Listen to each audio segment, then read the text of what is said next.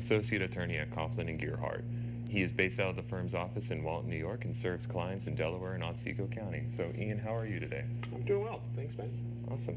And I know you're here to discuss the important considerations when making gifts to minors as part of one's estate plan. But before we even talk about that, can you kind of describe what exactly is a minor? It's a great place to start. A minor is someone who is not an adult under the law. Now, that can get confusing because an 18-year-old is considered an adult for things like voting or getting married, but for other things, that same person is not considered an adult, like buying alcohol. The magic number, if we're talking about managing finances, which we're doing in the estate planning context, is 18. So let's say you want to give your nephew, Frodo, $15,000 after you've passed. If he was not yet 18 at the time you die, then his parents or caretakers, they're going to have to petition the court for the authority to manage that money until he attains the age of 18. All right, and so what is the best way to give money to a minor?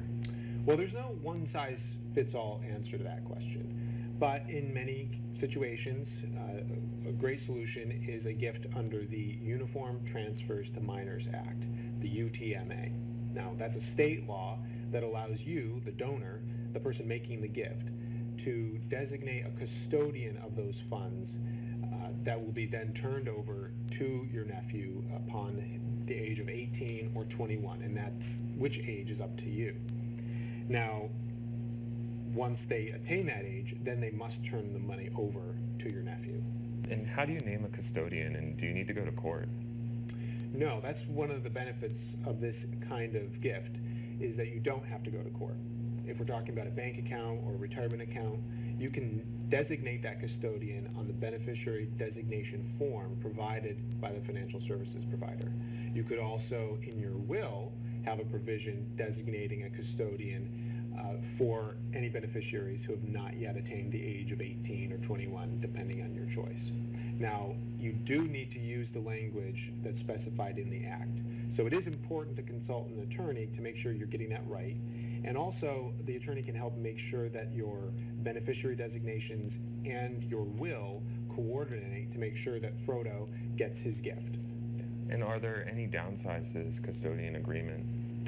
Well, remember that under the law, the custodian must turn over that money upon your nephew's attaining the age of 18 or 21. But let's say he has special needs and he's getting government benefits. That gift could jeopardize those benefits. Similarly, let's say we're talking about a substantial gift. You probably don't want Frodo getting $5 million, let alone magic rings, immediately upon his turning 21.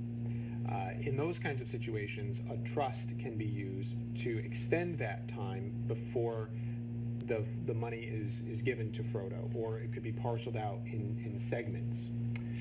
Other situations where you might use a trust instead of the UTMA would be if there are difficult family dynamics, or if you want to make sure that your nephew's chances of getting financial aid for college are not jeopardized.